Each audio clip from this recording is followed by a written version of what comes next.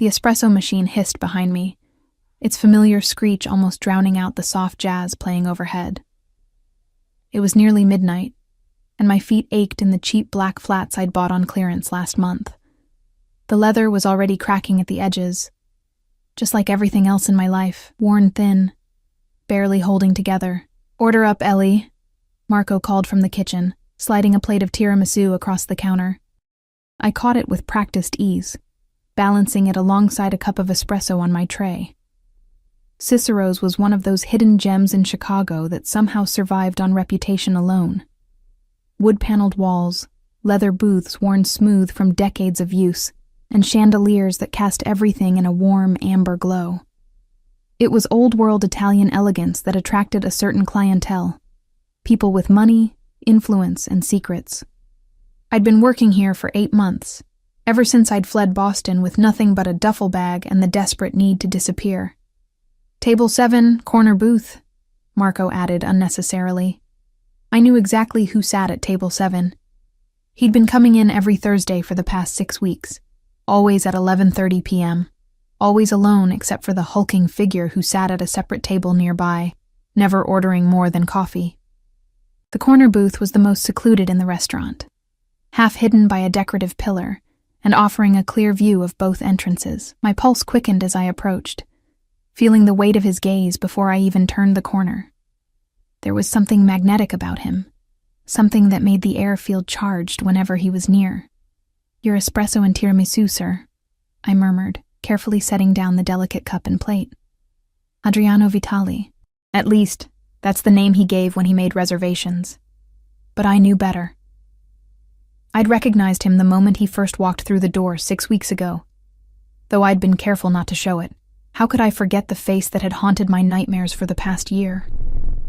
"Thank you," he replied, his voice a low, smooth rumble that seemed to vibrate through my chest. His English was perfect, just the slightest hint of an Italian accent clinging to the edges of his words. I risked a glance at his face. A mistake. His eyes caught mine, dark and intense, framed by impossibly long lashes. His features were almost too perfect, like something carved from marble by an artist with an obsession for symmetry. Strong jawline, straight nose, full lips currently curved into a slight smile. He couldn't be older than 35. Yet there was something ancient in those eyes. Something that had seen too much. "Will there be anything else?"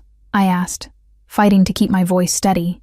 He studied me for a moment longer than necessary, his eyes trailing over my face as if memorizing each feature. "No, that's all for now." I nodded and turned to leave, relief flooding through me. Each interaction with him left me feeling like I'd narrowly escaped something dangerous, like walking away from the edge of a cliff after peering over. I made it halfway across the restaurant before I felt something slip beneath my foot. One of the floor tiles was loose, catching the toe of my already unstable flat. I stumbled, my hands flying out to catch myself on a nearby chair. The commotion was minimal, just enough to draw a few glances, but the humiliation burned hot on my cheeks. When I straightened and looked back, he was watching me, his expression unreadable, something twisted in my stomach. Fear, or something else I didn't want to name. I retreated to the safety of the bar, busying myself with polishing glasses that were already spotless. Through the mirrors lining the back of the bar, I could see him in the corner, methodically eating his dessert, occasionally glancing at his phone. The restaurant was nearly empty now, just a couple finishing their wine by the window, and a group of businessmen paying their bill. "You okay?" Sophia asked, sliding behind the bar beside me. "You look pale." "Just tired," I lied. "Long day." She nodded sympathetically, her eyes drifting to the corner booth. "He asked for you specifically tonight," she said, lowering her voice. "When Marcos tried to seat him in his usual spot, he said he wanted to be in your section." My hand stilled on the glass I was polishing. "He did?" "Mm-hmm. Left you a $300 tip last week, too." She wiggled her eyebrows suggestively. "I think someone has an admirer." I forced a smile, but my insides had turned to ice. He was watching me, specifically requesting me. This wasn't the casual interest of a regular customer appreciating good service. This was deliberate. I don't need that kind of admirer, I muttered. Sophia glanced around and leaned closer. Do you know who he is? She whispered. I kept my expression carefully neutral. Should I? Marco says he's connected, like seriously connected. She made a vague gesture that I supposed was meant to imply organized crime. Old money from Sicily, but rumor has it he runs half the operation in Chicago now. I'd known exactly who he was long before Marco's gossip made the rounds. Dante Russo, not Adriano Vitali. His father had been one of the most feared men in the Boston underworld until his assassination last year. The son had disappeared afterward, and everyone assumed he'd either been killed too, or fled the country. Everyone was wrong. He'd simply moved territories, establishing himself in Chicago with frightening efficiency. I knew because my ex-boyfriend, Tommy, had worked for the Russo family. Tommy had talked too much when he drank, revealing things about the family business that should have remained secret. Things about ledgers and evidence and names, things that could get people killed, things that had gotten Tommy killed. Ellie, Marco called from across the restaurant. Table 7 wants the check. I nodded, my mouth suddenly dry. I printed his bill, just $14.50 for the espresso and tiramisu, and carried it to his table, keeping my eyes down. I hope everything was to your satisfaction, I said automatically, as I placed the leather folder on the table. He didn't take it immediately. Instead, he leaned back slightly, studying me with that same intense gaze. Do I know you from somewhere? He asked. You seem familiar. My heart hammered against my ribs. I don't think so, sir. He tilted his head slightly. Where are you from originally? Not Chicago, I think. Pennsylvania. I lied smoothly. I'd practiced this story countless times. Small town near Pittsburgh, you wouldn't know it. His eyes narrowed fractionally, and I knew he didn't believe me, but he nodded, reaching for his wallet. He placed several bills in the folder without even glancing at the total. Have a good evening, sir, I said, starting to turn away. Ellie, he called softly, stopping me in my tracks. The way he said my name sent a shiver down my spine. I'll see you next week. It wasn't a question. It was a statement, a certainty that left no room for alternatives. I managed a tight smile and nodded before walking away, my legs trembling beneath me. As I returned to the bar, I glanced back to see him rising from his booth, buttoning his tailored suit jacket with elegant precision. His bodyguard, a mountain of a man with a neck thicker than my thigh, immediately stood as well, scanning the room before falling into step behind him. Dante paused at the door, looking back over his shoulder. Our eyes met across the restaurant, and for one terrifying moment, I thought he might come back, but then he turned and was gone, disappearing into the Chicago night. I released a breath I hadn't realized I was holding. Earth to Ellie, Sophia said, waving a hand in front of my face. You planning on standing there all night, or can we close up? Sorry, I muttered, shaking myself out of my daze.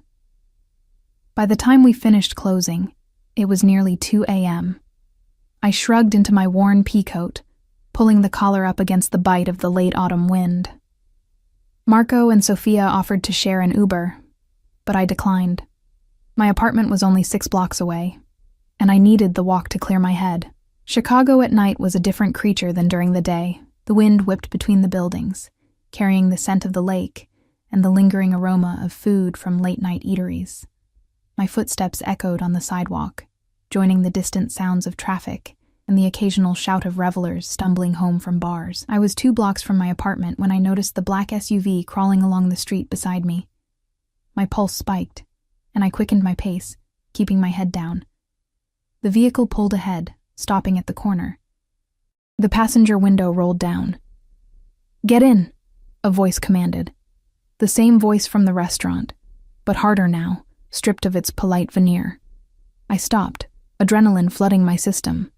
"I'm fine, thank you," I said, my voice steadier than I felt. "My apartment is just up ahead." "I know exactly where your apartment is, Eliana Pierce," he said, using my real name, the name I'd left behind in Boston, along with everything else. "Now get in the car before I make a scene." The world tilted beneath my feet. He knew. He'd known all along. My cover was blown, my carefully constructed safety net ripped away in an instant. How did you— Now, the single word carried the weight of a threat, a promise of consequences I didn't want to contemplate. I looked up and down the street, calculating my chances of outrunning him. Slim to none. Even if I could outpace the car, where would I go? Back to the restaurant? To the police? Neither would protect me from what Dante Russo wanted. With a deep breath, I moved toward the car. The back door swung open, revealing the darkened interior. Dante sat inside, his face half hidden in shadow. As I hesitated at the threshold, he reached out and took my hand, his touch unexpectedly gentle as he guided me inside. The door closed behind me with a soft thud that somehow sounded like the final nail in a coffin. "Hello, Eliana," he said softly, as the car pulled away from the curb. "I've been looking for you for a very long time." My throat constricted, but I forced myself to meet his gaze. If he was going to kill me for what I knew, for what Tommy had told me, I wouldn't give him the satisfaction of seeing me cower. "I know who you are, Dante Russo," I whispered, watching as his body tensed at the sound of his real name. "And I know what you did to Tommy." Something flashed in his eyes, surprise, quickly masked by something darker. He leaned forward, close enough that I could smell his cologne. Sandalwood and spice, expensive and intoxicating despite my fear. "No," he said, his voice a dangerous caress. "You don't know anything at all, but you're about to learn." The interior of the SUV was climate-controlled perfection, a stark contrast to the biting wind outside. Soft leather seats absorbed the vehicle's gentle movement as we glided through Chicago's empty streets. Everything about the car spoke of luxury and power, from the privacy glass separating us from the driver to the subtle glow of ambient lighting that illuminated Dante's face in golden shadows. "Where are you taking me?" I asked, pressing myself against the door, putting as much distance between us as the confined space would allow. Dante's eyes never left my face. "Somewhere we can talk privately." "I have nothing to say to you." The words came out braver than I felt. He smiled, a cold, calculating expression that never reached his eyes. 6 weeks, Eliana. 6 weeks I've been watching you serve coffee and desserts, waiting for you to recognize me. He leaned forward slightly. "And tonight, you finally slipped. I saw it in your eyes." I swallowed hard, remembering my stumble in the restaurant. "Is that why you're kidnapping me? Because I recognized you? Kidnapping?" He raised an eyebrow, amusement playing at the corners of his mouth. "I offered you a ride. You got in willingly. Under threat. Under protection," he corrected. "Do you have any idea how dangerous it is for a woman to walk alone at this hour?" A bitter laugh escaped me. "The only danger I'm facing is sitting right next to me." Something shifted in his expression then. A hardening around the eyes, a tightening of his jaw. "If I wanted to hurt you, Eliana, I would have done so weeks ago. Or did you think it was coincidence that I found you? That I just happened to walk into the one restaurant in Chicago where Tommy Gallagher's girlfriend was hiding?" The mention of Tommy's name sent a jolt of pain through my chest. "Ex-girlfriend," I corrected automatically. "And he's dead because of you." Dante's expression didn't change. "Tommy is dead because he stole from me. From my family." "He never stole anything," I insisted, the lie falling easily from my lips. It was what I'd been telling myself for months, even as I ran with a flash drive hidden in the lining of my coat. Dante's smile was knowing, almost pitying. "Then why run? Why change your name? Why hide in a city where you know no one?" He shook his head slowly. "Tommy took something that didn't belong to him, and then he told you about it. That makes you either an accomplice or a liability." The car slowed, turning into an underground parking garage beneath a towering high-rise. My heart rate accelerated. We were arriving at our destination, and I still had no idea what he planned to do with me. "I don't know what you're talking about," I said, my voice barely above a whisper. The SUV came to a smooth stop. The driver, the same hulking man from the restaurant, exited first, opening Dante's door before coming around to my side. As he opened my door, the cold garage air rushed in, carrying the scent of concrete and expensive cars. "Ms. Pierce," the bodyguard said, offering his hand to help me out.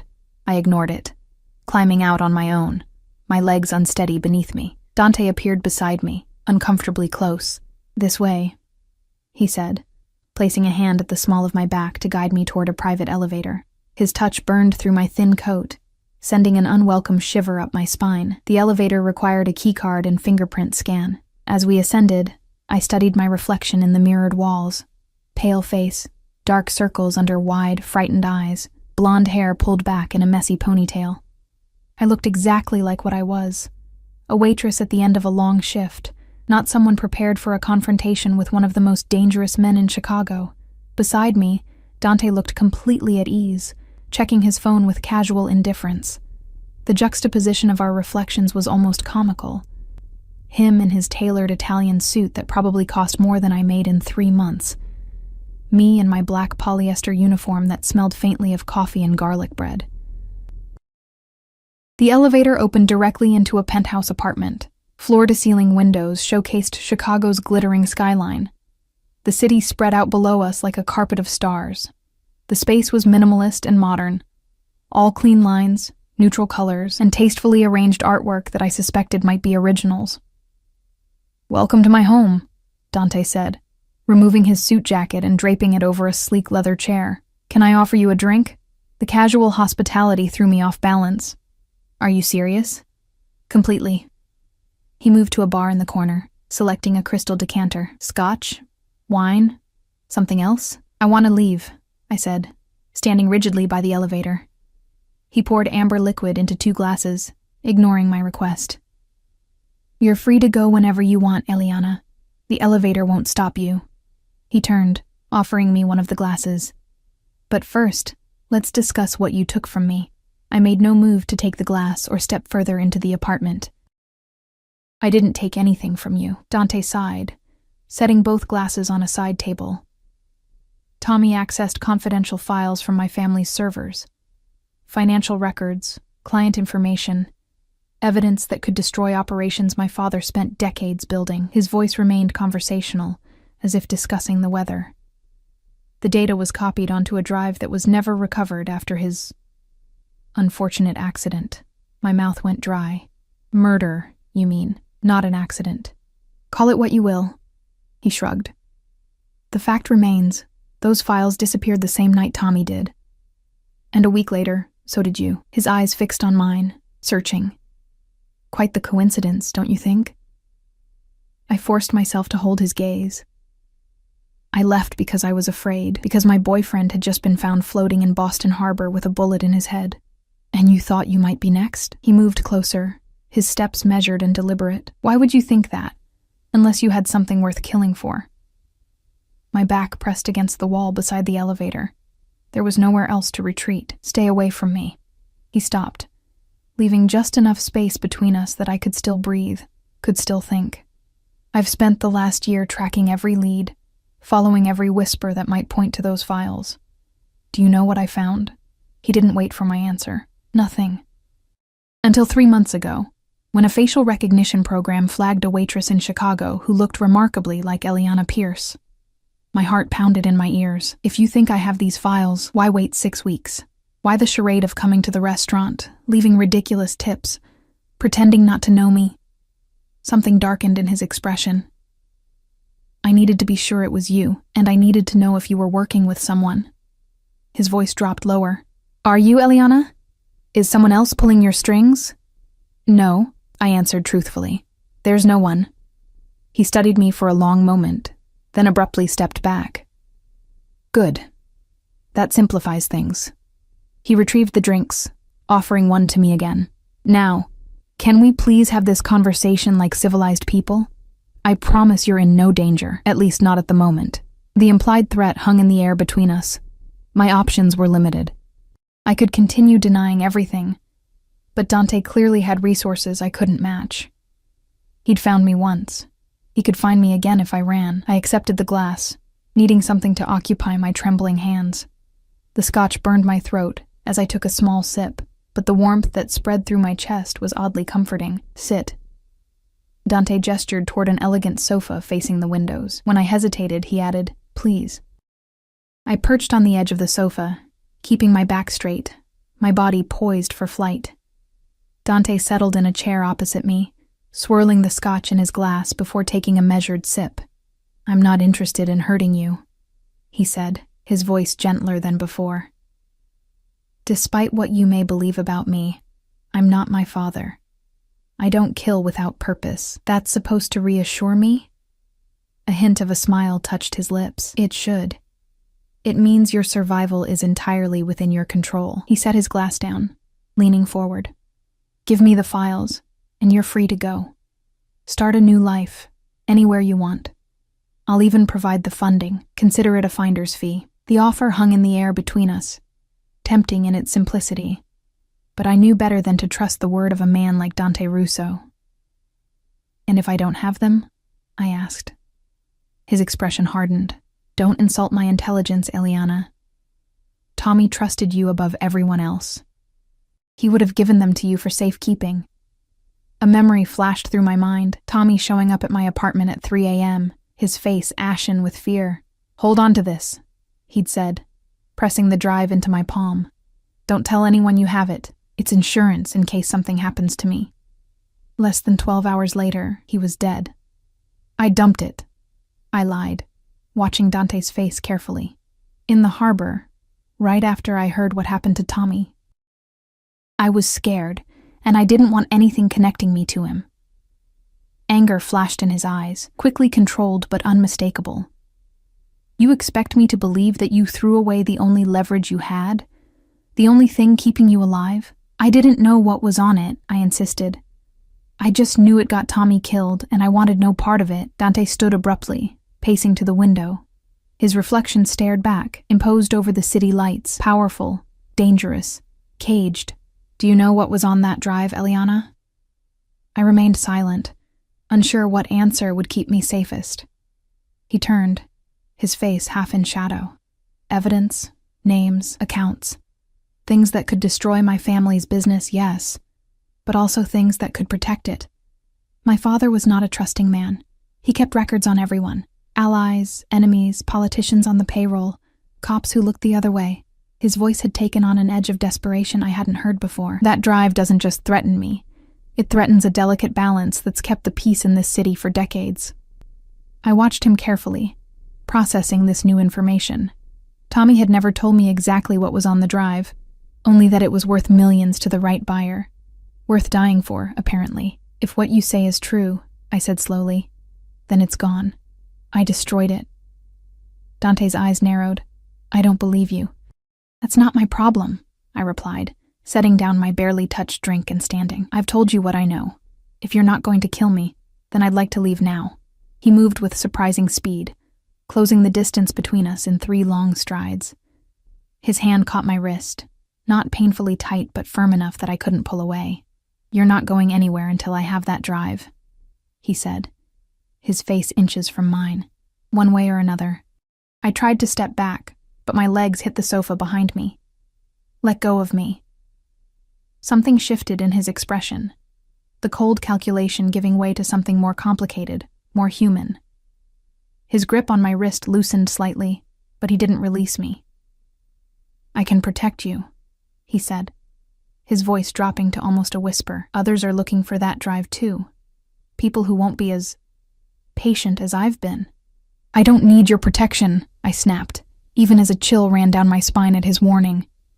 His thumb brushed over my pulse point, a strangely intimate gesture that made my breath catch. Don't you? You've been looking over your shoulder for a year, changing your name, living in fear. Is that the kind of life you want? It's better than being owned by you, I retorted, trying to ignore the warmth of his touch, the scent of his cologne clouding my judgment. His other hand came up to brush a strand of hair from my face, the gesture so unexpected that I froze. Is that what you think I want, to own you? Isn't it? I whispered, unable to look away from the intensity in his eyes. Isn't that what men like you do? Take what you want, regardless of who it hurts? Something that might have been pain flickered across his features. You don't know me, Eliana. I know enough. He released my wrist suddenly, stepping back as if burned. It's late. We'll continue this conversation tomorrow. The abrupt dismissal left me unbalanced. You're letting me go? For tonight. He walked to a desk, scribbling something on a slip of paper. My private number. Call me when you're ready to be reasonable. He handed me the paper, his fingers brushing mine. One of my men will drive you home. I can walk. That's not a suggestion. His tone brooked no argument. I've let you keep your freedom, for now. Don't make me regret it. The implied threat hung in the air between us. I took the paper, slipping it into my pocket. As if on cue, the elevator doors opened, revealing the hulking bodyguard. Dante nodded once, and the man stepped aside, holding the door for me. I moved toward the elevator, stopping just before entering. What happens if I run? Dante's smile was cold, predatory. You won't get far, and next time I won't be so accommodating. As the elevator doors closed between us, his last words echoed in my head. I wasn't free. I'd never be free as long as he believed I had those files. And the worst part? The flash drive was still hidden in my apartment, exactly where I'd concealed it the day I arrived in Chicago. Sleep eluded me that night. I lay in my cramped studio apartment, staring at the water stains on the ceiling while replaying every moment of my encounter with Dante. The slip of paper with his number sat on my nightstand, seeming to pulse with silent threat. Dawn arrived with no solutions, only the certainty that my carefully constructed hiding place had crumbled around me. I called in sick to Cicero's, something I'd never done before. Marco sounded concerned but didn't press for details. With the restaurant no longer a safe haven, I needed time to think, to plan my next move. The flash drive was still hidden inside a hollowed-out book on my small bookshelf. Pride and Prejudice, Tommy's unexpected gift on our first anniversary. Every girl should own a copy, he'd said with that crooked smile I'd fallen for. I never told him I'd already read it 3 times. Now I pulled the book from the shelf, my fingers trembling as I pried open the secret compartment I'd created. The small black drive sat nestled inside, innocuous despite the destruction it had caused. I'd never looked at its contents, too afraid of what I might find, too certain that knowledge would only make me more of a target. But now, with Dante aware of my existence, that calculation had changed. I needed to understand what I was holding, what made it valuable enough to kill for, and possibly what might keep me alive. My ancient laptop whirred to life, protesting as I plugged in the drive. A password prompt appeared on the screen. I tried Tommy's birthday, our anniversary, his mother's name. Nothing worked. After the 3rd failed attempt, a warning appeared, 2 attempts remaining before data wipe. I yanked the drive out, heart pounding. I couldn't risk losing whatever was on it. The drive was my only leverage, my only protection against Dante, and whoever else might be searching for it. I returned it to its hiding place, mind racing. The sound of knocking froze me in place. 3 sharp raps, authoritative and impossible to ignore. I crept to the door, peering through the peephole. A man in a tailored suit stood outside, his posture rigid, face impassive. Not Dante, but definitely one of his men. I recognized him from the restaurant, usually sitting alone at a table near the door on Dante's weekly visits. "Ms. Pierce?" he called through the door. "Mr. Russo requests your presence for lunch." My throat constricted. "Tell Mr. Russo I'm not feeling well today." "He's aware. He thought a change of scenery might improve your health." The man's tone remained perfectly professional, but the implicit command was clear. "A car is waiting downstairs." I leaned my forehead against the door, considering my options. Running was pointless. Dante had found me once and would find me again. Fighting was equally futile. The only path forward was through. "Give me 15 minutes, I called back. I showered quickly, the hot water doing little to ease the tension in my shoulders. I dressed with care, selecting my best jeans and a simple blue sweater that brought out my eyes. If I was going to face Dante again, I wanted armor, even if it was only psychological. The flash drive went with me, secured in an inner pocket of my coat. I wouldn't give it to him. Not yet. But having it close gave me a sense of security, however false it might be. The same black SUV from last night idled at the curb. The bodyguard opened the rear door for me, but instead of Dante inside, I found only empty leather seats. "Where are we going?" I asked as the car pulled away from the curb. "Mr. Russo's residence outside the city," the driver replied, his eyes meeting mine briefly in the rearview mirror. The drive took nearly an hour, the cityscape giving way to affluent suburbs, before finally turning onto a private road flanked by ornate iron gates. The estate that came into view took my breath away. a sprawling stone mansion set among manicured gardens and stately trees, just beginning to show their fall colors. This is where he lives? I couldn't keep the disbelief from my voice. One of his residences, the driver corrected, pulling up to the front entrance. The door opened before I reached it. A middle-aged woman in a simple black dress greeted me with a professional smile. "Ms. Pierce, Mr. Russo is waiting for you in the solarium. This way, please." I followed her through a grand foyer, past rooms filled with antiques and artwork that belonged in museums. The solarium was at the back of the house, a glass-enclosed space filled with exotic plants and bathed in natural light. Dante stood as I entered, dressed more casually than I'd ever seen him, in dark slacks and a slate blue button-down, the sleeves rolled to his elbows, revealing strong forearms. "Eliana," he greeted, his eyes moving over me in an assessing glance. "You look better than I expected after our late night." "Disappointingly alive?" I suggested, remaining near the doorway. A hint of a smile played at his lips. "On the contrary. Please, sit." He gestured to a table set for two, an array of covered dishes arranged between fine china and crystal glasses. "I thought you might be hungry." My stomach betrayed me with a low growl. I hadn't eaten since my shift at Cicero's the previous night. "I'm not here for lunch," I said, even as I moved toward the table. "I'm here because your henchman didn't give me much choice." "Paolo can be persuasive," Dante agreed, pulling out a chair for me. When I hesitated, he added, "It's just food, Eliana, not poison." I sat, keeping my back straight, my posture defensive. Dante took the chair opposite, removing the covers from the dishes to reveal a spread that would have been at home in any fine restaurant. Delicate pasta, fresh bread, roasted vegetables. "You have a beautiful home," I said, filling the silence as he poured wine into my glass. "It was my mother's favorite," he replied, surprising me with the personal detail. "She designed most of the gardens herself." I took a small bite of pasta, the rich flavor flooding my mouth. "And where is she now?" "She died when I was 14, cancer." His expression remained neutral, but something in his eyes suggested the wound hadn't fully healed. "My father never remarried." "And your father was killed last year," I said, watching his reaction carefully. Dante's jaw tightened almost imperceptibly. "You seem well informed about my family tragedies."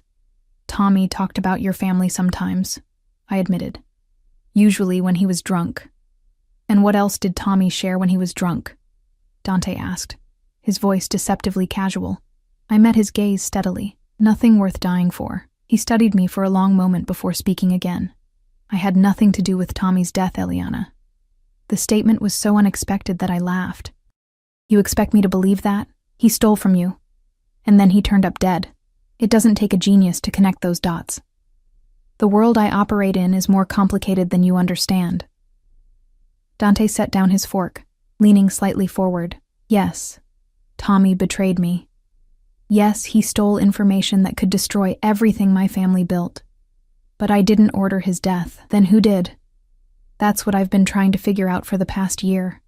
His eyes held mine, intense and unwavering. "The same people who killed Tommy are the ones I'm trying to protect you from."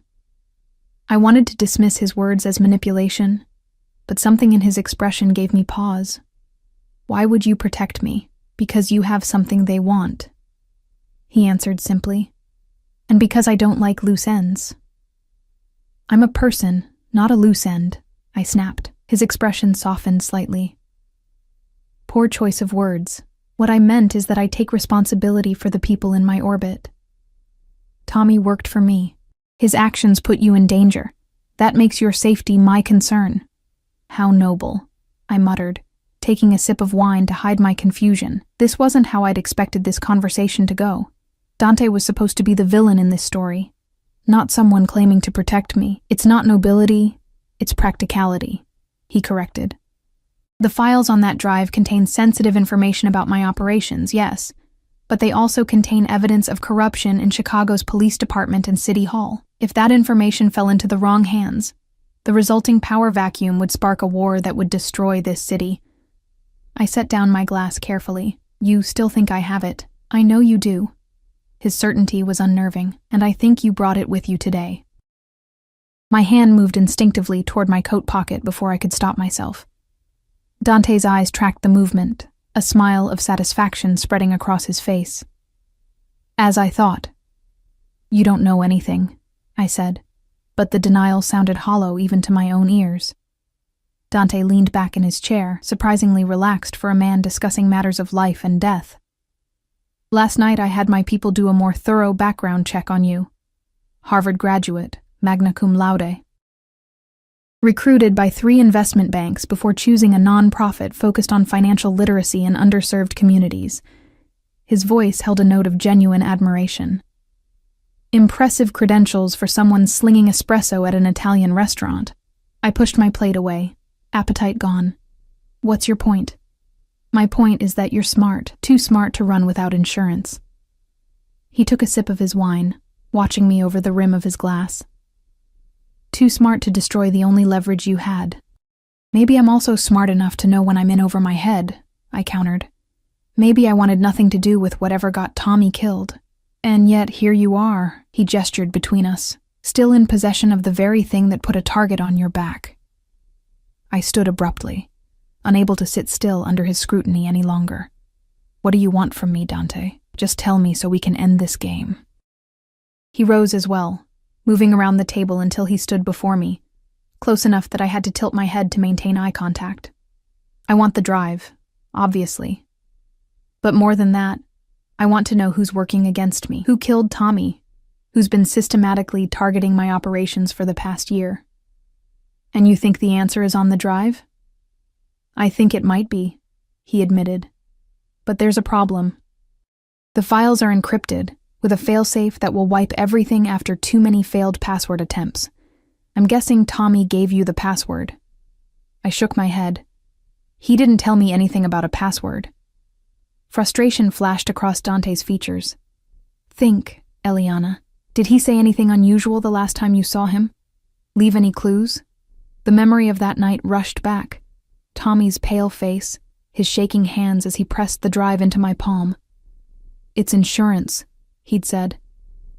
And then, almost as an afterthought, remember our first date? The answer's where we began. I'd thought he was being sentimental in what he feared might be our last moments together. Now I wondered if it had been a message.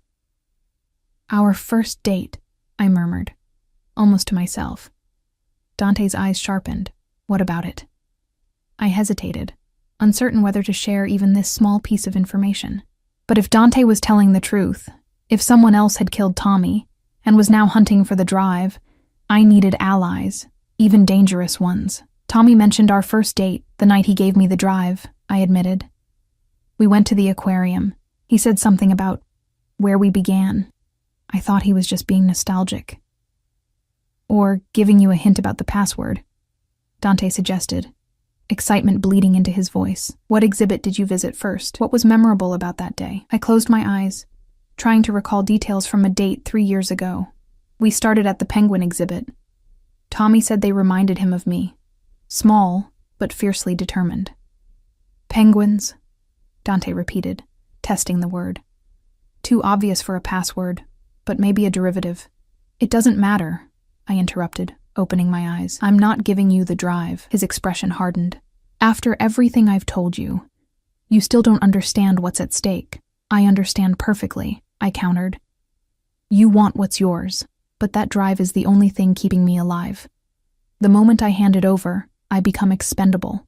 Dante stepped closer, his proximity setting off warning bells in my mind even as something else, something dangerous and unwelcome, fluttered in my stomach.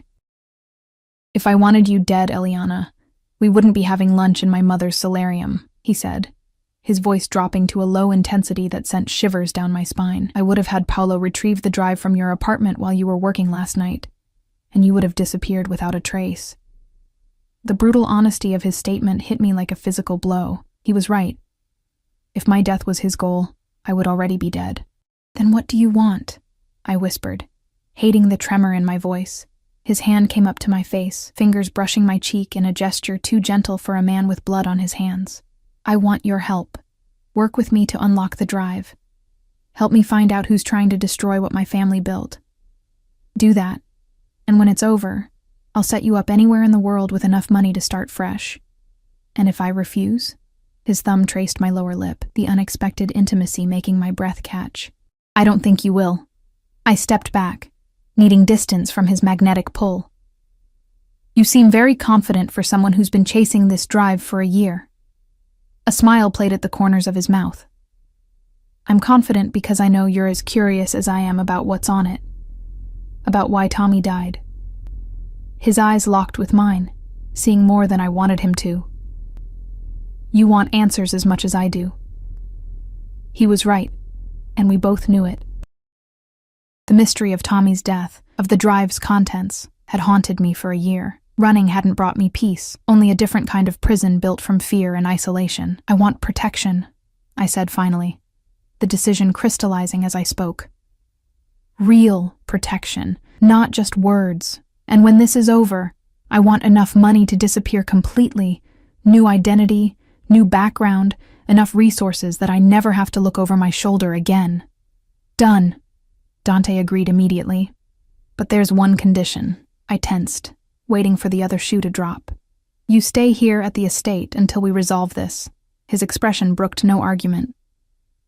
My security can protect you better here than in that apartment in the city.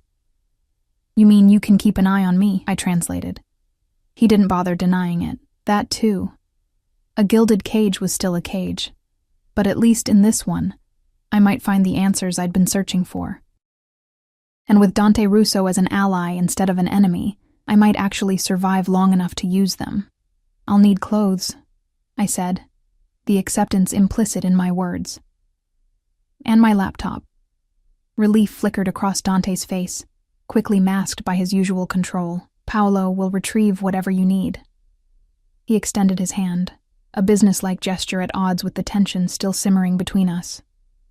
Do we have a deal, Eliana? I placed my hand in his, ignoring the spark of electricity that shot up my arm at his touch. For now. But if I find out you're lying to me about Tommy, about any of this, you won't, he interrupted, his fingers tightening around mine. I promise you that. Promises from a man like Dante Russo should have meant nothing. Yet as his dark eyes held mine, I found myself wanting to believe him. A dangerous inclination for a woman already in too deep. Now, he said, releasing my hand and returning to his seat at the table. Shall we finish our lunch while Paolo collects your things? The chef will be insulted if we let his carbonara go to waste. The casual shift in tone was disorienting, as if we hadn't just negotiated terms that would determine whether I lived or died. But that, I was learning, was how Dante operated. Shifting seamlessly between charming host and dangerous predator, never letting me find stable footing. I returned to my seat, picking up my fork with a hand that still tingled from his touch. You never did tell me who you think killed Tommy. Dante's expression darkened. No, I didn't, but with your help, I intend to find out. His eyes met mine across the table, filled with a promise that sent a chill down my spine. And when I do, they'll wish they'd never heard the name Russo. The bedroom Dante's housekeeper showed me to was larger than my entire apartment, with a 4-poster bed draped in cream-colored linens and floor-to-ceiling windows overlooking the estate's manicured gardens. A fresh bouquet of lilies sat on the antique writing desk, their scent perfuming the air. It was beautiful, comfortable, and utterly foreign, like stepping into someone else's life. The bathroom is through there, Mrs. Rivera explained, gesturing to a door on the right. Mr. Russo had it stocked with toiletries, but if you need anything else, just let me know. Thank you, I murmured, still taking in the opulence around me. Dinner is at 7 in the small dining room, she continued. Mr. Russo asked me to tell you he'll be occupied with business until then, but you're welcome to explore the main floor and gardens. Paolo will be nearby if you need anything. Translation. I was free to roam, but under surveillance. The gilded cage was taking shape. After Mrs. Rivera left, I inspected the room more thoroughly, running my fingers over expensive fabrics and solid wood furniture. The closet was empty, waiting for Paolo to return with my meager belongings. I wondered how my thrift store clothes would look hanging next to whatever designer pieces normally occupied this space. I pulled the flash drive from my coat pocket, turning it over in my hand. Such a small thing to cause so much destruction. I'd agreed to work with Dante to unlock its secrets, but I hadn't handed it over yet. It remained my only leverage, my only insurance policy in a game where I was severely outmatched. The sound of a car pulling up drew me to the window. Paolo stepped out of the SUV, carrying my duffel bag and laptop case. I watched as he spoke briefly with another man, clearly security from his posture and the subtle bulge of a holster beneath his jacket. The estate was well guarded, as expected for someone of Dante's position. A soft knock announced Paolo's arrival with my belongings. "Ms. Pierce," he said, setting the bags on a bench at the foot of the bed. "Is there anything else you require?" "No, thank you." I hesitated, then added, "How long have you worked for Mr. Russo?" Paolo's expression remained professionally neutral. "8 years, ma'am." "You must know him well, then." A flicker of something, loyalty perhaps, crossed his face. "Well enough to know he's a good man to have on your side, Ms. Pierce." The statement came with an undercurrent of warning that wasn't lost on me. After he left, I unpacked my few possessions, the process taking embarrassingly little time. My entire life fit into a single drawer of the massive dresser. I placed my laptop on the desk and tucked the flash drive into a hidden pocket of my toiletry bag. Not the most secure hiding place, but it would have to do for now. The afternoon stretched before me, empty and uncertain. Despite Mrs. Rivera's invitation to explore, I felt reluctant to leave the relative safety of my room, but the walls were already closing in, and sitting alone with my thoughts would only feed my anxiety. I ventured downstairs, my footsteps echoing on the marble floors. The house was quiet, with only the occasional sounds of staff going about their duties. I followed a hallway lined with oil paintings, landscapes mostly, though a few appeared to be family portraits. In one, a dark-haired woman with Dante's eyes smiled serenely at the painter. His mother, perhaps. The hallway opened into a magnificent library that took my breath away. 2 stories of bookshelves lined the walls, accessed by a wrought iron spiral staircase to the second level. Leather armchairs and reading lamps were arranged in cozy groupings, and a massive fireplace dominated one wall. "Find something that interests you?" I spun around to find Dante standing in the doorway, watching me with an unreadable expression. Despite Mrs. Rivera saying he'd be occupied until dinner, here he was, still in the same clothes from lunch but with his sleeves rolled up further and his collar unbuttoned, giving him a more relaxed appearance. "I was just exploring," I explained, gesturing to the books surrounding us. "It's an impressive collection. My mother's primarily," he said, moving into the room. "She was the reader in the family. My father preferred more active pursuits." "And you?" I asked, curious despite myself. He ran his fingers along the spine of a nearby volume. "I appreciate both, in different contexts." His eyes met mine, a hint of challenge in their depths. Sometimes patience and careful study yield better results than force. "Is that what this is?" I gestured between us. "A careful study?" A smile played at the corners of his mouth. "Perhaps." He moved to a cabinet near the fireplace, removing a decanter and 2 glasses. "Drink?" "It's barely 4 o'clock, I pointed out. "Time is relative when you're plotting to decrypt stolen files," he countered, pouring amber liquid into both glasses anyway. "Besides, I thought we might start working on our little project." My pulse quickened. "Now?" He offered me one of the glasses. "No time like the present, Eliana. Unless you'd prefer to continue our cat-and-mouse game indefinitely," I accepted the drink, our fingers brushing in the exchange. "Where should we start?" Dante gestured toward a sitting area near the fireplace. "You mentioned Tommy's hint about your first date at the aquarium. Penguin exhibit, wasn't it?" I nodded, taking a seat in one of the leather armchairs. "But penguin is too obvious for a password." "Agreed." Dante sat opposite me, his long legs stretched out casually. What else was significant about that day? Any inside jokes? Specific moments that stood out? I closed my eyes, trying to recall details that had faded with time and grief. We had lunch at the cafe overlooking the harbor. Tommy spilled his soda on a child at the next table. A small smile tugged at my lips at the memory. The mother was furious, but Tommy charmed his way out of it, the way he always did. That was his talent, Dante agreed, surprising me with the note of genuine fondness in his voice. Tommy could talk his way into or out of anything. I opened my eyes, studying Dante's expression. "You liked him." "I did," he admitted, which made his betrayal all the more disappointing. The reminder of Tommy's theft and his fate sobered me. What else do you need to know? Details, Eliana. The password could be hidden in the smallest memory. He leaned forward slightly. What did you talk about? What gifts did you exchange, if any? We talked about our childhoods, our dreams. Normal first date stuff. I took a sip of my drink, the scotch warming a path down my throat. Tommy talked about wanting to travel to Italy someday, to see where his grandparents came from. Sicily, Dante supplied. His grandmother was from a small village outside Palermo. That's how his father first connected with my family. The casual reminder of the criminal ties between our worlds was jarring. I pressed on, focusing on the task at hand. There was a stuffed penguin in the gift shop. Tommy bought it for me, said it was to remember our first date. Another memory surfaced. He named it Admiral. Admiral the Penguin, Dante repeated thoughtfully. Try that as the password. I hesitated, reluctant to reveal whether I had the drive with me. Dante read my expression easily. I know you didn't leave it in your toiletry bag, Eliana. I saw you move it before you came downstairs. Heat rushed to my face. You've been watching me? Security cameras in the hallways, he explained unapologetically. Standard procedure. In the bedrooms too? I demanded, anger rising. No, he said firmly. Contrary to what you might believe, I do have boundaries. I wasn't entirely convinced, but arguing seemed pointless. Fine, but I'm not handing over the drive until I'm sure I can trust you. Trust is earned, I understand that. He reached into his pocket and pulled out a sleek laptop. Use this. It's secure, isolated from any networks.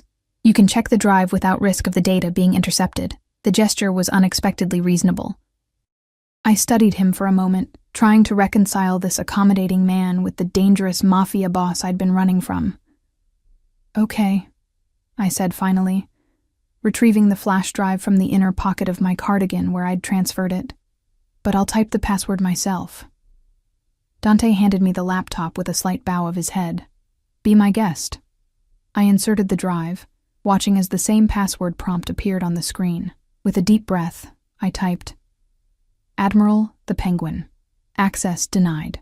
One attempt remaining before data wipe. Panic fluttered in my chest. It didn't work. Dante remained calm. Try variations. No spaces, all lowercase, add numbers. My fingers hovered over the keyboard. We only had one more chance before the drive wiped itself. This is too risky. We need to think more carefully. Trust your instincts, Dante urged, moving to sit beside me on the sofa. What else did Tommy say about your first date? About where you began? I closed my eyes again, trying to hear Tommy's voice in my memory. Remember our first date? The answer's where we began. Where we began. Not the aquarium itself, but the ticket counter, I murmured, opening my eyes. We met at the ticket counter. I was fumbling with my wallet, and Tommy paid for my ticket. That's literally where we began. The ticket number? Dante suggested. I shook my head. No one remembers ticket numbers from 3 years ago. My mind raced, seeking connections. Wait. The aquarium had a special exhibit that month. Something about endangered marine life. The ticket had a special code on it. Do you remember it? No, but I thought harder. Tommy kept the ticket stub in his wallet. He showed it to me months later, said it was his good luck charm. The code started with MP for Marine Protection. Dante's eyes lit with understanding. Marine Protection, followed by numbers. Any idea what they might be? A memory surfaced. Tommy teasing me about my birthday being easy to remember. My birthday is March 17th. He might have used 317. MP 317, Dante repeated. Try it. My hands shook slightly as I typed the characters. One chance left. If I was wrong, we'd lose everything. I hit enter before I could second-guess myself. The screen changed, folders appearing in neat rows. We were in. You did it, Dante breathed, leaning closer to see the screen, his shoulder pressed against mine, warm and solid. We did it, I corrected, too relieved to move away from his proximity. The drive contained dozens of folders, labeled with dates and cryptic abbreviations. I clicked on one labeled DCP-DCI, revealing a list of names. Police officers, based on the ranks listed beside them, confidential informants within the Chicago Police Department, Dante explained, his voice tight. This is exactly what I feared. Names, badge numbers, payment schedules. I opened another folder labeled FSL accounts, finding spreadsheets of offshore bank accounts, transaction histories, and shell companies. Financial operations, Dante murmured.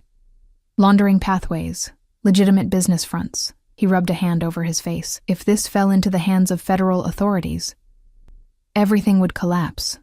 I finished for him.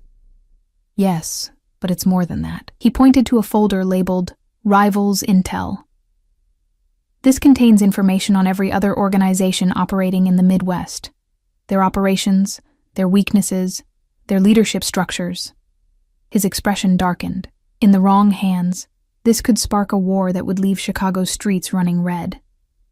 I scrolled through more folders, stopping at one labeled simply DRSR. Inside was a single video file. What's this?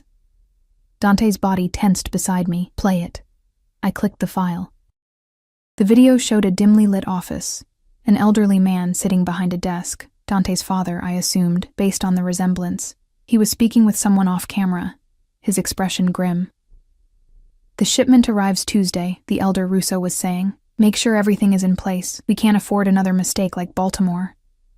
It won't be a problem, a familiar voice responded from off camera. Tommy's voice. The angle shifted, and Tommy came into view, standing confidently before the desk. I've handled everything personally. The cops are paid. The dock workers are instructed. It'll be clean. It better be, Salvatore Russo replied. Too many people know about this one. If anything goes wrong, a third voice interrupted, the camera panning to show a well-dressed man entering the room. Nothing will go wrong because this is the last shipment. Beside me, Dante inhaled sharply. Uncle Stephen. On screen, Stephen Russo approached the desk with the casual authority of someone accustomed to power. The commission has decided, Sal. We're moving in a new direction. Legitimate businesses, clean money. This old-school operation is finished. Salvatore rose from his chair, fury etched in every line of his face. You don't make those decisions. I built this family from nothing. And now you're a liability. Stephen replied coldly. The vote was unanimous. Step down gracefully, or what? Salvatore challenged. The video cut abruptly to static before ending. Silence hung heavy in the library as the implications settled between us. I turned to Dante, finding his face pale with shock and rage. Your uncle, I whispered. He orchestrated your father's death, and Tommy recorded it all, Dante said, his voice hollow. Insurance, he called it. His eyes met mine, blazing with newfound purpose. Now we know who killed Tommy, who's been dismantling my operations from within. Your own uncle, I said, still processing the betrayal. But why would Tommy steal this? Why not just show it to you? Because he didn't know who to trust, Dante answered, standing abruptly to pace the room. If Stephen had turned the commission against my father, who else might be compromised? Tommy was covering his bases, keeping evidence somewhere safe until he could determine who was loyal. I watched him move, the controlled power in his stride belying the fury I could sense beneath the surface. What happens now? Dante stopped, turning to face me with an expression that sent a chill down my spine. Now, I deal with my uncle, and you... He moved back to the sofa, sitting closer than before. You stay here, where I can protect you. I fulfilled my part of our bargain, I reminded him. I helped you unlock the drive, and now you know too much, he countered. Stephen won't hesitate to eliminate anyone with knowledge of his betrayal. The moment you leave my protection, you're as good as dead. Fear clawed at my throat. So, I'm still a prisoner. His hand covered mine, warm and surprisingly gentle. No. You're under my protection. There's a difference. Is there? I challenged, even as I made no move to pull away from his touch. Yes. His eyes held mine, intense and unguarded for perhaps the first time since we'd met. A prisoner has no choice. You do. Stay voluntarily. Help me finish this, and I'll honor our agreement. Money, new identity, freedom, whatever you want. And if I choose to leave now? His grip tightened slightly. Then I'll have Paolo drive you wherever you want to go, with enough cash to disappear for a while. His expression grew grave. But I won't be able to protect you, and Stephen will find you eventually. He's thorough that way. It wasn't much of a choice. Stay with the devil I was beginning to know, or flee into the waiting arms of one I didn't. How long will it take? I asked. To deal with your uncle? A few days, perhaps a week, he answered. Stephen is careful, surrounded by his own security. I'll need to plan this properly. I nodded slowly. Then I'll stay. For now. Relief softened his features. Thank you. His thumb traced small circles on the back of my hand, the casual intimacy making my pulse quicken. I won't forget this, Eliana. I'm not doing it for you, I clarified. I'm doing it for Tommy, for justice. A hint of a smile touched his lips. Of course. We sat in silence for a moment, the weight of the drive's revelations hanging between us. His hand remained on mine, neither of us acknowledging the contact, yet neither pulling away. We should review the rest of the files, I said finally, breaking the spell. There might be more evidence against Stephen, details about his plan. Dante nodded, reluctantly releasing my hand. Yes, but not tonight. It's getting late, and after what we've discovered, I need to increase security around the estate. Stephen has eyes everywhere. As if on cue, Paolo appeared in the doorway. Sir, dinner is ready. Thank you, Paolo. Dante stood, offering me his hand. Shall we continue this conversation over food? I find I've worked up quite an appetite. I accepted his hand, allowing him to pull me to my feet. Our bodies ended up closer than necessary, his scent, sandalwood and spice, enveloping me. This doesn't change anything, I said quietly, needing to maintain some boundary, some distance from the magnetic pull I felt toward him. I'm still leaving when this is over. His eyes searched mine, seeing more than I wanted him to. If that's what you still want when the time comes. The implication that my desires might change hung in the air between us, neither acknowledged nor denied. I stepped back, breaking the connection. Let's eat, I said, changing the subject.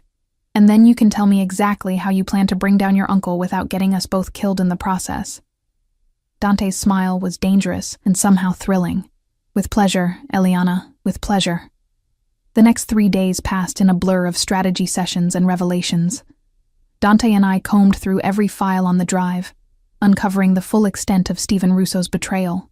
It wasn't just Dante's father. He'd orchestrated the death of 3 other senior family members had died in accidents over the past 18 months, all replaced by Stephen's loyal lieutenants. We worked primarily in the library, surrounded by ancient books and modern technology in equal measure. Paolo brought meals that we often forgot to eat, too absorbed in piecing together the conspiracy that had claimed Tommy's life and threatened to destroy what remained of the Russo family. Despite the grim nature of our work, I found myself drawn to Dante in ways I hadn't anticipated. He was brilliant, methodical, with an ability to see patterns where others saw only chaos. When he spoke of his family, not the criminal organization but the actual blood relations, his voice softened with genuine affection and loyalty. My father wasn't a good man by conventional standards, he admitted on the second night, as we sat before the fireplace nursing glasses of scotch. But he had a code. Lines he wouldn't cross. Stephen never understood that. For him, it was always about power, about winning at any cost. And you? I asked, watching the firelight play across his features. What's your code? He considered the question, swirling the amber liquid in his glass. Protect what's mine. Honor my obligations. Never betray family. His eyes met mine. Until now, those principles never came into conflict. Stephen betrayed you first, I pointed out. He forfeited any claim to family loyalty. Perhaps. Dante's expression darkened, but patricide is still patricide even when justified. There's no coming back from that kind of decision.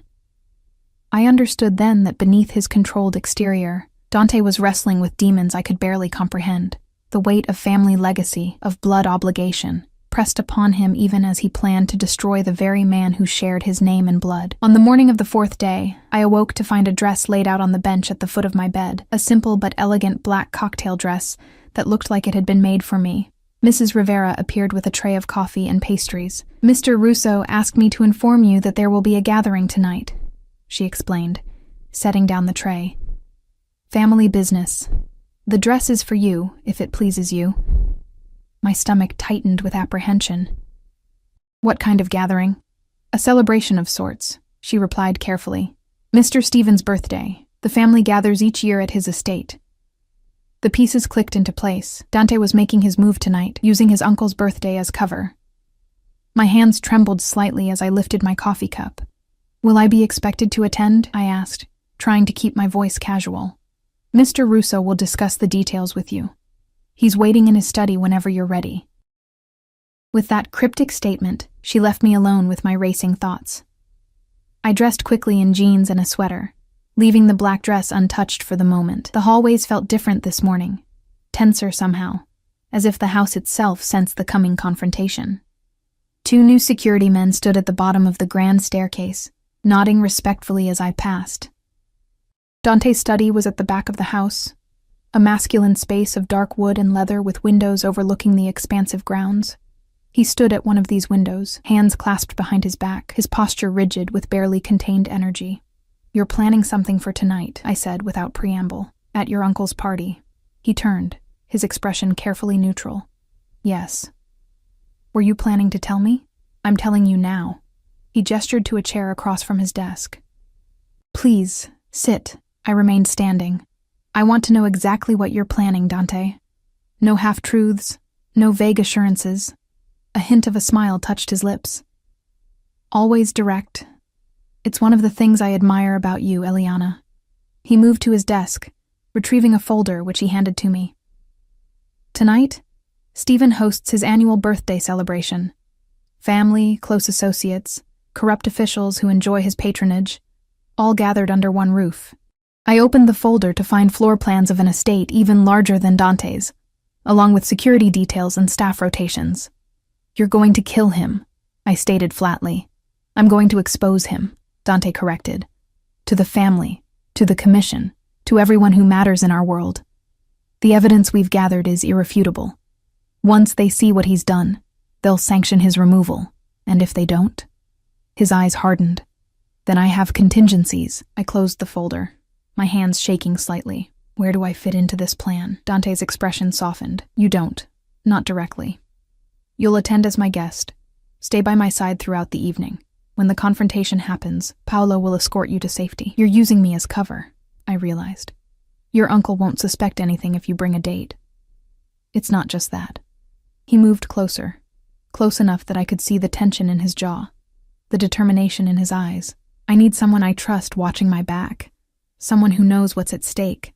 The admission stunned me. "You trust me?" His hand came up to my face, fingers brushing my cheek in what was becoming a familiar gesture. "Against all logic and experience, yes. I do." Something shifted between us in that moment. A recognition that what had begun as a forced alliance had evolved into something more complex, more real. I stepped back, needing distance to think clearly. What if something goes wrong? What if he's expecting this? "He isn't," Dante said with absolute certainty. "Stephen believes I'm still in the dark, still the obedient nephew in mourning. He's invited me to make a toast tonight, to officially welcome me into the new family leadership." His smile was cold. He'll get a speech he wasn't expecting. The plan was audacious, dangerous, and our best chance at justice for Tommy, for Dante's father, for all the others who had fallen victim to Stephen's ambition. "Okay," I said finally. "I'm in." Relief flickered across his features. "Thank you." "The dress, I saw it," I interrupted. "Black isn't subtle for a funeral. It's expected," he countered. "Family gatherings have a dress code. Black for men, black or red for women. Tradition." He checked his watch. "We leave at 7. Paolo will bring you anything else you need. Jewelry, shoes, whatever makes you comfortable." "I'm not comfortable with any of this," I admitted, "but I'll be ready." He nodded, his eyes holding mine. "When this is over, when Stephen has paid for his crimes, you'll be free to go, as promised. New identity, new life, wherever you want." The reminder of our deal should have brought relief. Instead, it left me with an unexpected hollowness. Right, I murmured, back to the original plan. Something flashed in his eyes, regret, perhaps, or something more complicated, but he merely nodded again, returning to the window and effectively dismissing me. I spent the rest of the day in a state of nervous anticipation, alternating between pacing my room and trying to distract myself with books from the library. Paolo delivered a box containing elegant black heels and a simple diamond pendant that caught the light with quiet brilliance. By 6:30, I stood before the mirror in the black dress, hardly recognizing the woman who stared back at me. The dress fit perfectly, hugging curves I usually hid beneath practical clothes. With my hair swept up and the diamond pendant gleaming at my throat, I looked like I belonged in Dante's world, a thought that was both thrilling and terrifying. A soft knock announced Dante's arrival. When I opened the door, the appreciation in his eyes sent heat flooding through me. "You look..." He paused, searching for the right word. "Magnificent." He looked rather magnificent himself in a black tuxedo that emphasized the breadth of his shoulders and the lean strength of his body. A dangerous elegance radiated from him, the civilized veneer barely concealing the predator beneath. "Ready?" he asked, offering his arm. I took it, feeling the solid muscle beneath the expensive fabric. As I'll ever be. The drive to Stephen's estate took 30 minutes, most of which passed in tense silence. Dante reviewed final details with Paolo, while I stared out the window, trying to calm my racing heart. This wasn't my fight, I reminded myself. I was here for Tommy, for closure, for the freedom Dante had promised once it was over. Yet as we pulled through the ornate gates of Stephen's mansion, I couldn't ignore the protective instinct that surged through me at the thought of Dante facing his treacherous uncle alone. The estate was ablaze with lights, luxury cars lining the circular driveway. Security personnel dotted the property, their earpieces and subtle bulges beneath their jackets advertising their purpose. Paolo handed our invitation to a stone-faced man at the door, who nodded respectfully to Dante. "Mr. Russo," the man murmured. "Mr. Stephen will be pleased you came." Dante's smile was perfectly pleasant, betraying none of his true intentions. I wouldn't miss it for the world. Inside, the mansion gleamed with old-world opulence. Crystal chandeliers, marble floors, priceless artwork adorning the walls. At least 50 guests mingled in the grand reception room, drinking champagne and engaging in the kind of muted conversations that suggested business rather than pleasure. Dante kept me close, his hand resting possessively at the small of my back as he navigated the crowd. He introduced me simply as Eliana, offering no explanation for my presence. The men nodded politely. The women assessed me with calculating eyes, clearly wondering what made me special enough to accompany the nephew of the guest of honor. "Dante!" A booming voice cut through the murmur of conversation. "There you are, my boy." Stephen Russo approached, arms outstretched in greeting. He was older than I expected, mid-60s, with silver hair and the kind of tan that spoke of winters spent in tropical locations. His smile was wide, welcoming, utterly at odds with the cold-blooded killer I knew him to be. "Uncle Stephen," Dante replied, accepting the older man's embrace with a convincing display of warmth. "Happy birthday. You look well." "Never better," Stephen declared, turning his attention to me.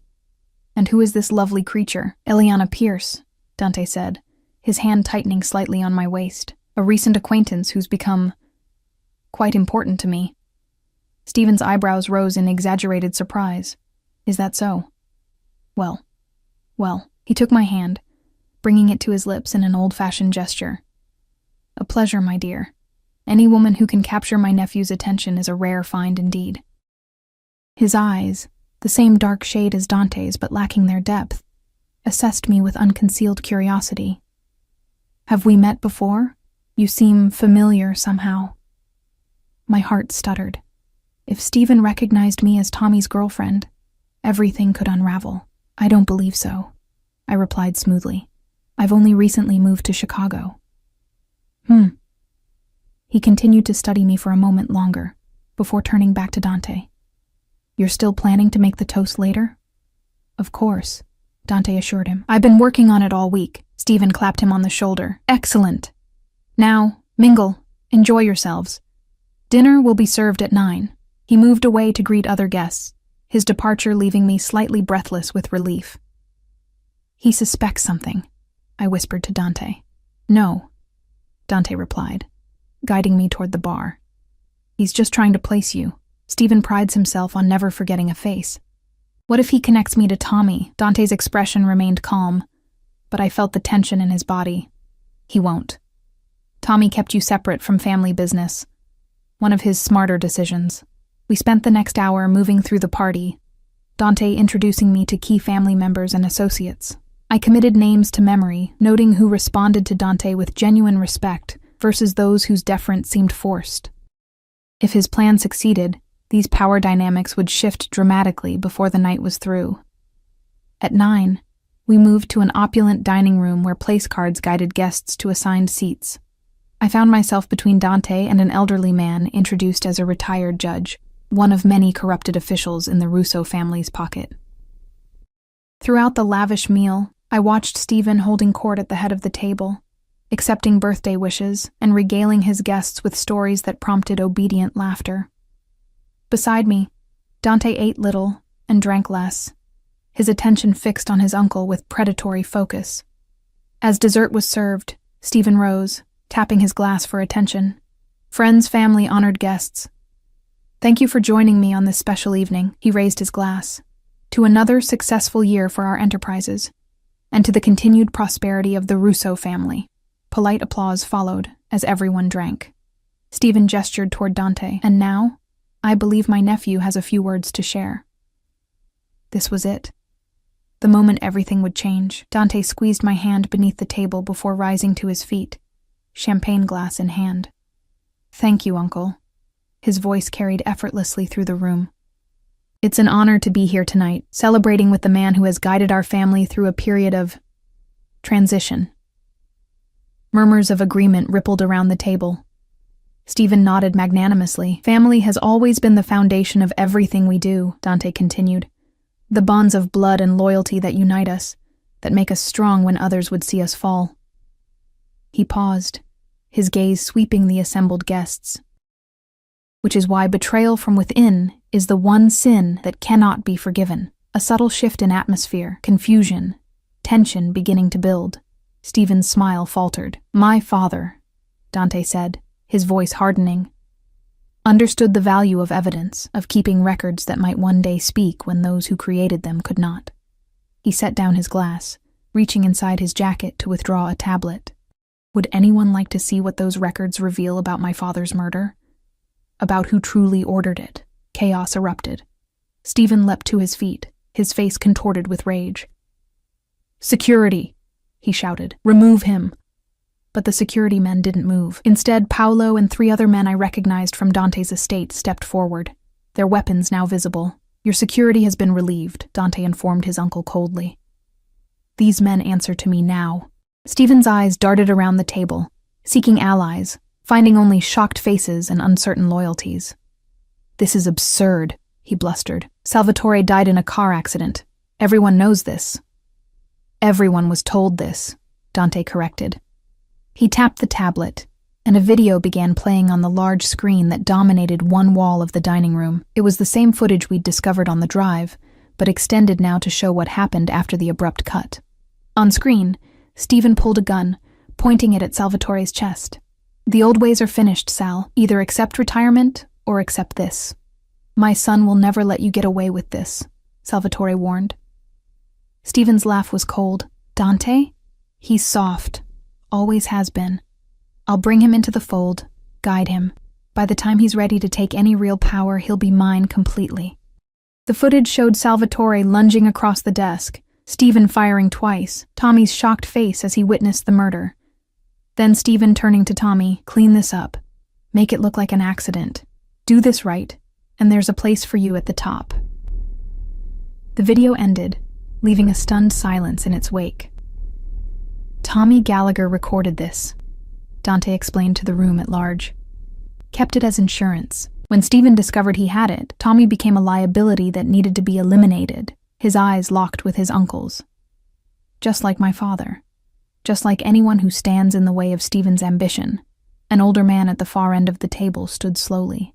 I recognized him from Dante's descriptions as Antonio Calabresi, head of the commission that governed the families. "These are serious accusations, Dante," Calabresi said gravely, "if what you've shown us is authentic." "It's a forgery!" Stephen snarled. "A desperate attempt by my nephew to seize power." "There's more," Dante replied calmly. He swiped through the tablet, displaying financial records, recordings of phone calls, evidence of Stephen's systematic dismantling of Salvatore's loyalists. All of this was compiled by my father and supplemented by Tommy before their deaths. Irrefutable evidence of treason against the family.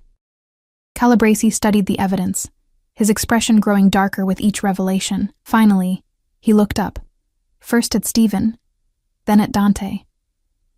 "The commission will need to deliberate on this matter." "What's to deliberate?" Stephen spat. "He comes to my birthday dinner, makes these wild accusations." "Enough." Calabresi's voice cut through Stephen's protests like a blade. "Dante has presented evidence that cannot be ignored. You will be given an opportunity to defend yourself, before the full commission, tomorrow night." He nodded to several men around the table. "Until then, you will remain under guard." I watched as the color drained from Stephen's face, the realization of his defeat washing over him in visible waves. His eyes found mine suddenly, narrowing with unexpected recognition. "You," he hissed. "Gallagher's woman. I knew I'd seen you before." Dante moved protectively closer to me. "She's under my protection now. She's dead," Stephen snarled. "You're both dead. You think the commission will save you? I still have men loyal to me, men who—" He never finished the sentence. Paolo's hand covered Stephen's mouth from behind, a syringe appearing in his other hand. The needle plunged into Stephen's neck, his eyes widening in shock before rolling back. He slumped in Paolo's grip, unconscious, but alive. "Medical emergency," Dante announced to the startled guests. "My uncle hasn't been well. Paolo will ensure he receives proper care." He turned to Calabresi. "With your permission, I'll secure him until the commission meeting." Calabresi nodded grimly. "See that he arrives intact." The dinner party dissolved into tense clusters of conversation as Paolo and another security man carried Stephen's unconscious form from the room. Dante guided me through the chaos, his hand firm at my elbow, his expression revealing nothing of the triumph he must have felt. "We need to leave," he murmured in my ear. "Now. Stephen's most loyal people aren't here tonight. But they'll hear about this soon enough." Outside, our car waited at the bottom of the steps. Dante ushered me inside, giving Paolo rapid instructions before joining me in the back seat. As we pulled away from the mansion, the tension that had held him rigid throughout the evening seemed to dissolve. He leaned back against the seat, closing his eyes briefly. "It's done," he said softly. "After a year of searching, of not knowing who to trust, it's finally done." "What happens now?" I asked, still processing the night's dramatic events. "The commission will convene tomorrow. With the evidence we presented, they'll sanction Stephen's removal. The family businesses will stabilize under new leadership." He turned to look at me, his expression softening. "And you will be free to go, as promised. New identity, new life, far from Chicago." The reminder of our deal hung between us, suddenly heavier than before. "Is that still what you want?" I asked, searching his face for answers to questions I wasn't brave enough to voice directly. Something flickered in his eyes, vulnerability, hope quickly masked. "What I want stopped mattering the day I took my father's place," he said quietly. "My path was chosen for me long ago." "That's not what I asked." He looked away, staring out at the darkened landscape rushing past the window. "What I want," he said carefully, "is for you to be safe, happy, if possible, free from the shadow that's hung over you since Tommy's death. And if I said I might want something else?" His eyes returned to mine, cautious but intent. "What else could you possibly want, Eliana?" The car felt suddenly too small, the air between us charged with unspoken possibilities. I'd spent a year running from the world Dante inhabited, yet in the past week, I'd found something with him I hadn't expected. Understanding, respect, a connection that transcended our circumstances. "I don't know yet," I admitted, "but I'd like the chance to figure it out on my terms, not as a prisoner or a bargaining chip, or a means to an end. Hope bloomed fully in his expression now. Unguarded and startlingly vulnerable. "I can offer you that chance," he said, taking my hand in his. "No expectations, no obligations. Just possibility." His thumb traced circles on my palm, the simple touch igniting something warm and dangerous in my chest. "I'm not offering forever," I clarified. "Just time, to see if there's something real beneath all this chaos." "Time," he repeated, a smile playing at the corners of his mouth. "I can work with that." The car turned onto the private road leading to Dante's estate, security gates opening automatically to admit us. As we pulled up to the house, Dante helped me out, his hand lingering on mine. "There's something else you should know," he said, his expression turning serious again. "The commission will likely offer me my father's position after tomorrow's meeting. Leadership of the Chicago operation." I understood the implication immediately. "You'd be taking his place completely." "Yes." His eyes held mine, honest and direct. "I won't pretend to be something I'm not, Eliana. This world, these responsibilities, they're part of who I am. If you stay, even for a while, that's the reality you'd be choosing to explore. The old me, the woman who had fled Boston in terror, would have run from such a proposition without a second thought. But I wasn't that woman anymore. The past week had changed me, showing me strength I hadn't known I possessed." "I understand," I said simply. Relief washed over his features. He raised my hand to his lips, pressing a kiss to my knuckles with a gentleness that belied the power I knew he possessed. "Then let's go inside," he said softly. "Tomorrow will arrive soon enough, with all its complications. Tonight belongs to us." As we walked up the steps to the house, his house, possibly our house, at least for now, I felt a weight lift from my shoulders. Tommy was gone, but his final act had brought justice for Dante's father, and, unexpectedly, a new beginning for me. I didn't know what the future held, what challenges we would face, or how long this fragile thing between us might last. But for the first time in a year, I wasn't running. I was walking deliberately toward something, someone of my own choosing, and in that moment, it was enough.